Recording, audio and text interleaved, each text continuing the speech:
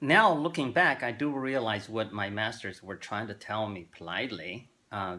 Basically, what they saw was in my creative works that I presented to them as a 20-year-old kid, I was trying to show some wisdom otherwise found by the works from those wise men in their 70s or at least 60s with a lot of rich life experience, and what they derive above from that base was their own very individual observation of their take on the life.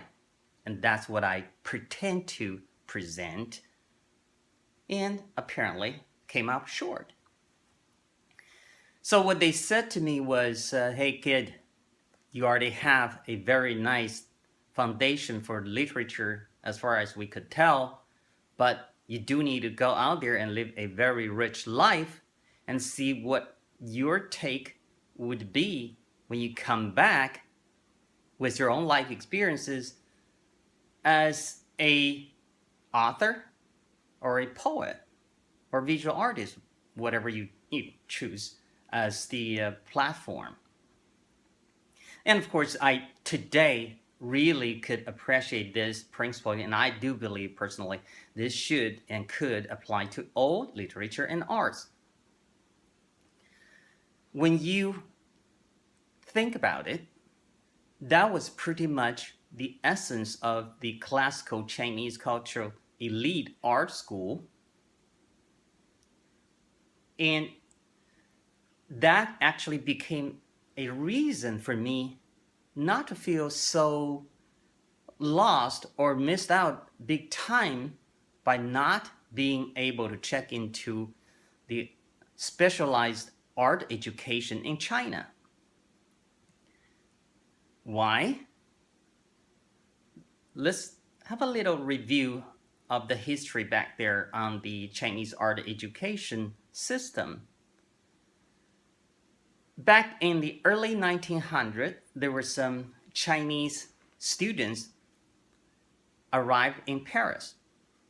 In the middle of the mainstream movement, when all the artists or most artists were looking forward to develop, to go to the next stage as the liberated artists, from this point on, the artists were able and began to express themselves, as versus before they had to do what they were told to do and paid to do.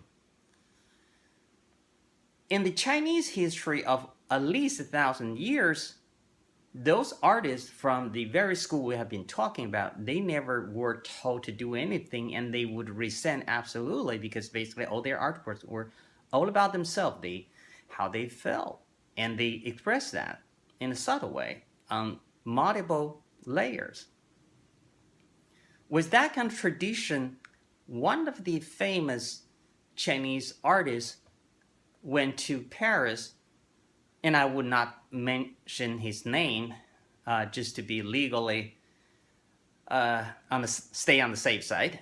So anyway, this person, he actually had a family tradition in the classical Chinese ink brush painting training, and his father was a artist of that school too.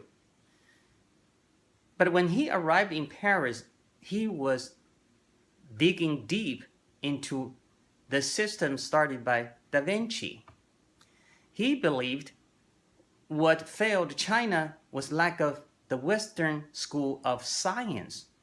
So he wanted to present the very realistically artistic perspective and to be very scientifically correct. So he went back to China along with what he learned in the opposite direction of the artist in the country where he just came back from. And he started the Chinese modern art school system based on his personal belief, the realism.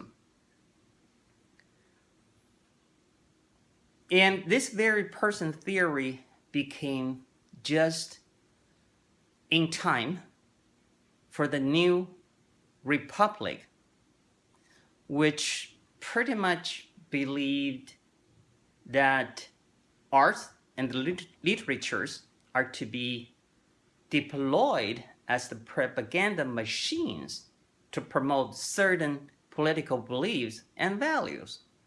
So in a way, this kind of realism, later labeled as socialist realism, was really a conceptual art, political conception. And we could actually see from Dr. Joseph Goebbels' practice and theories on the great German race, the superior race on Earth, in the artworks, to promote that concept. And then we also saw that in the Soviet Union era, and that was the Soviet socialism. And this went to China. As a matter of fact, the first president of the Chinese Fine Art Academy was a Russian by name Maximov.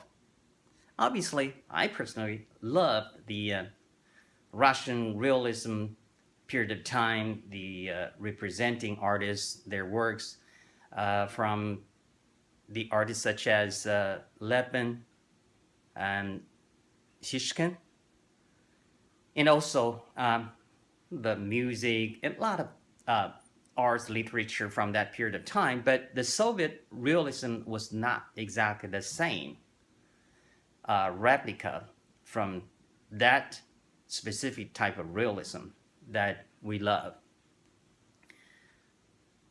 Actually, looking at the Russian art history, at the beginning of the Bolshevik revolutions, they actually did have the contemporary art movement for a while before it was completely replaced. So back to China, the Chinese art education system for the first 30 years pretty much replicated the Soviet realism as a art school. And during the 30 years, the teachers taught their students pretty much the techniques. And both teacher and students at the school, and then after the graduation from the school, those students become professional artists.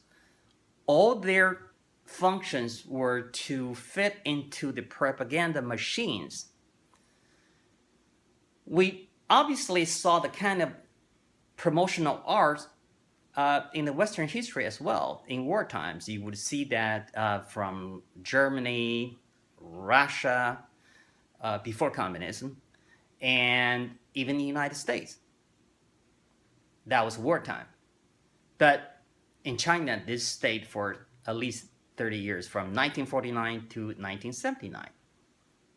This is why the Chinese contemporary art history was marked at 1979 as the turning point and the starting point of the Chinese contemporary art history.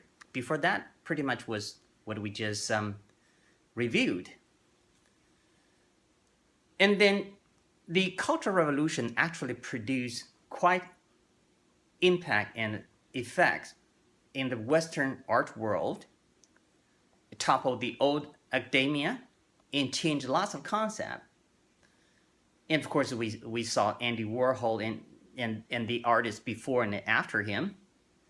But in China, until 1979, the Cultural Revolution actually didn't change anything. The 30-year-old system just went on as it was. There was no art museum in China actually put on exhibition of their good collections, if they had any. All the art museums were propaganda machine or part of it. And where would the art students go appreciate the great artworks of their own ancestors or the artists from other culture? Next to none.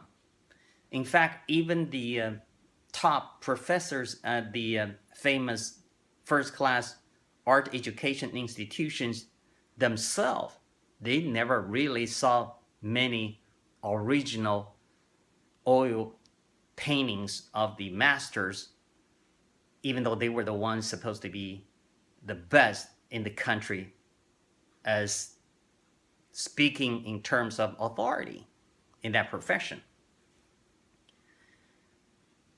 This is the kind of art education I missed.